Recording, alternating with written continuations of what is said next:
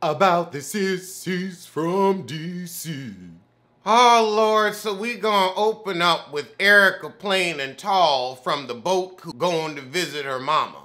Who gave this heifer that horrible dye job in her confessional? That's what happens when you use hair dye that's on sale that was too old, the chemicals done turned to crap. Just like her hair. Just like her relationship. She's not ready to see Rick. You don't want to cuddle with your coot? The mama said, well, if you don't want to marry him, why are you with him? And she said, oh no, I may not want to cuddle with the coot, but I still want to cuddle with the coin. There's a lot that I love about him. That stinking old one-bedroom boat he's on. Yeah, he's a retired millionaire, as in he has the required $1.2 million to live without income. He can't go out and blow it, but yes, he's got a little money. That boat is older than Carrot and Ray's house from Housewives of Potomac. That boat was a boat that Blanche Devereaux went on the Golden Girls. She's still going back to Miami to figure out a future. Her mama thinks she can do better, but her mama needs to think again. I mean, hell, look at what the mama got. That daddy ain't nothing but an old crotchety white man with skid marks. Meanwhile, on the West Coast, we got Game of Thrones trying to get a deal on Noni's wedding band. See, I can't stand it when men want to do something they sells, but it means you've got to deal with something shitty. Rather than take the $5,000 she could have put in your pocket, oh no, I got to get it on my own. I don't want your little crackerjack ring that's going to turn my finger green. How about that? He trying to get an engagement wedding ring combo. You know, he need a meal deal. Oh, God, he got to get him down from 800 to 5. And then that dirty little ring with those diamond chips. Ooh, I don't care how much I love you. I ain't going to be tacky for you. And if you love me, you won't ask me to be tacky for you. Noni don't care about the ring. The dick too good. But now back on the East Coast, we have the sissies from D.C. getting ready to meet with Mommy. She said this is the first shopping disaster she's ever had in her life. Honey, your wardrobe says otherwise. We ain't even gonna get into that head. Why would Des intentionally bring up in front of my mother she's using my credit card and spending my money? Because she's a braggart with no style and because you're a shameless sissy living off his mommy. That's why she brought it up, to catch you in your lies. She said, okay, your bottom don't bother me, but baby, you gonna get these bills. So as he's saying, I can't believe you were so stupid to act like the gold digger my mama already think you is. Mama says, I'll be right there. And I can speak freely in front of you and disaster. And she said, you better have my back. Girl, you know you gotta have his. You the big spoon in this relationship. But before Mama can get there, we go back to Seattle where Game of Thrones gives Noni her trinket. So he talking to her, telling, ooh, good fur girl. Telling her he gone, pursue his arborist career and whatnot. And she's like, all right, look at that get up and go. And then he presents her with that crackerjack ring that would have made me get up and go. I mean, that ring is so, let's see what nice word I can use. Dainty. Where you can't wear anything on that hand, not even a cocktail ring, because it'll simply be outshined. I wouldn't want to look at a grubby little reminder of what you didn't have.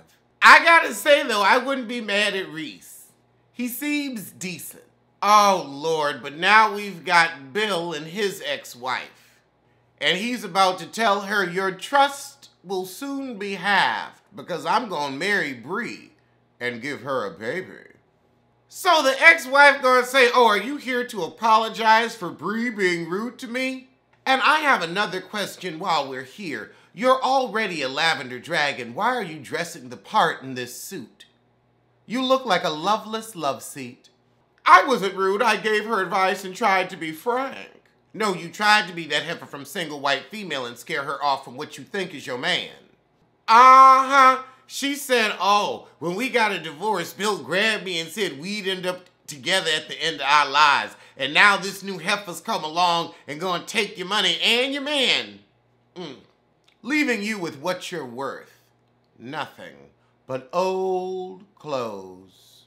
Because you've truly been thrown away like a worn-out shoe. You're a Papagallo pump. You were in fashion and high class at one point, but now you're less than yesterday's news.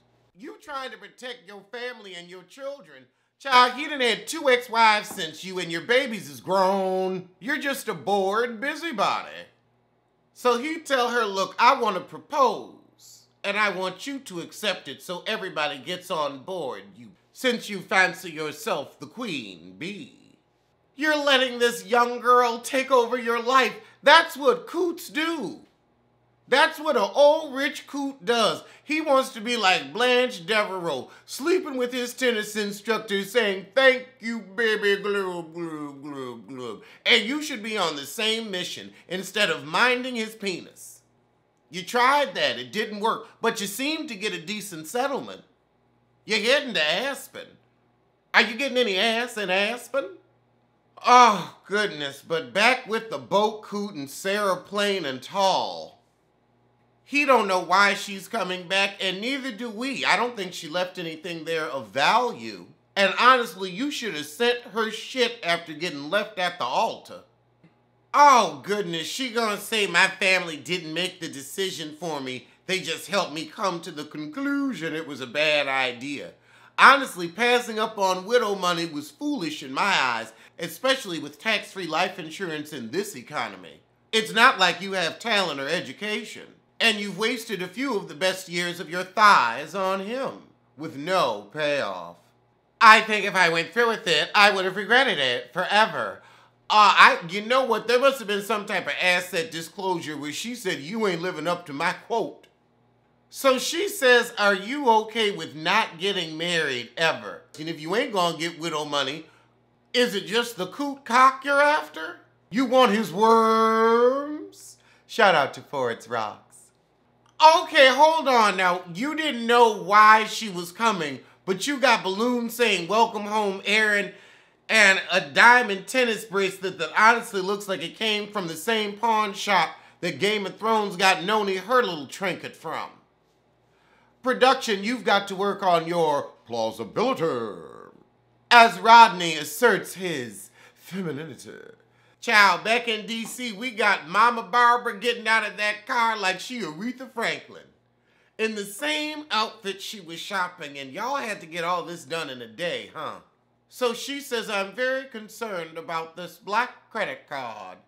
Oh, well, she don't really be using it to go shopping and whatnot. It's more just I gave it to her to act like I was a heterosexual.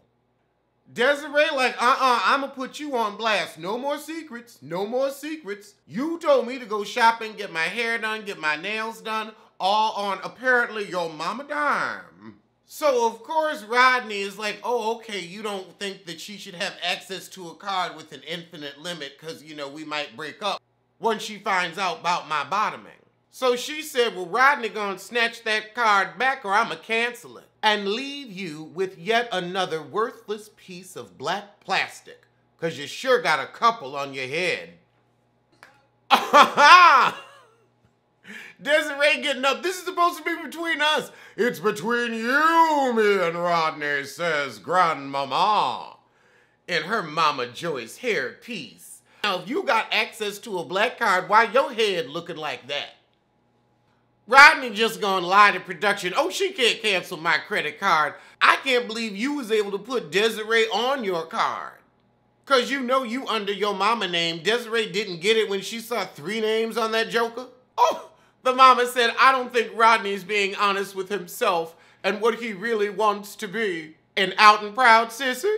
Girl, watching him twitch that big Medea butt up them stairs, it was giving me June phone. So Rodney gets upstairs and Disaster's calling an Uber and she says, I thought you were going to protect me and stand up for me, but your mama's running the show. Desiree said, we got to get rid of your mama. Rodney says, oh, she's never going anywhere. Yeah, because it's her money. There can be only one queen, Rodney. Who is the queen? It's me. So she willingly gives the black card back because she ain't gonna go down for credit card fraud like Sheree did back in Cleveland. Oh wait, no, that was passing bad checks. But she looks like she's passed a bad check a time or two. She said, I'm going back to LA. He said, this is the 5th time you done ran off. Well, you ain't getting no puss, so I see why she's free to go. He said, well, leave the ring and don't let the doorknob hit you where the hairdresser get you, your horsehair weave having heifer. She said, put that ring on your mama finger. And he should, since she paid. Des wasn't asking you to choose between you and your mom. She was asking you to be a grown heterosexual man, and that ain't gonna happen. He says he's done. He's just gonna concentrate on him and his mama's business. Well, I'm glad you got the free press and promo for your little wine line. And I hope Desiree will find some man that'll get that hair done. Bree gets proposed to by her coot. So they're engaged and they didn't need to devote 10 minutes to that segment. So I will see you soon for part 2 of Married at First Sight.